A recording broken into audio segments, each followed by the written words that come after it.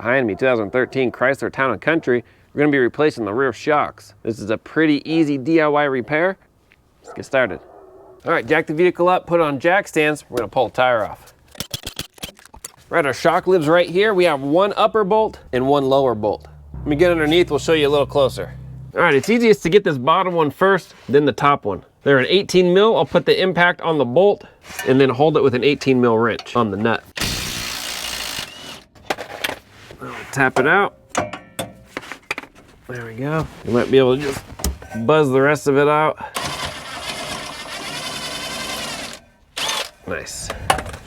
Now the shock will expand. That's perfectly fine. We'll just leave it out like that. And let me set you up to do the top. Now the top is the same. We'll put our wrench right in back here. And then we'll buzz off from outside. There we go.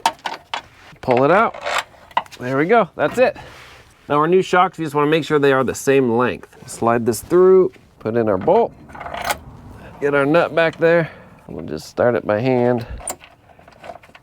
There we go. And we won't tighten anything yet. We'll put in our bottom. Now to get the bottom in, we're gonna have to push up on our shock. We should be able to compress it by hand. We'll just get it up in there.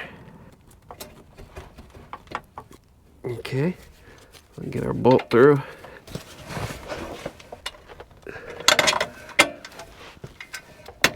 There we go. Give it a tap.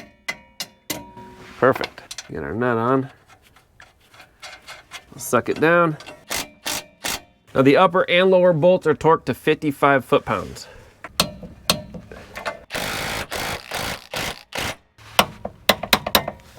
It's as easy as that.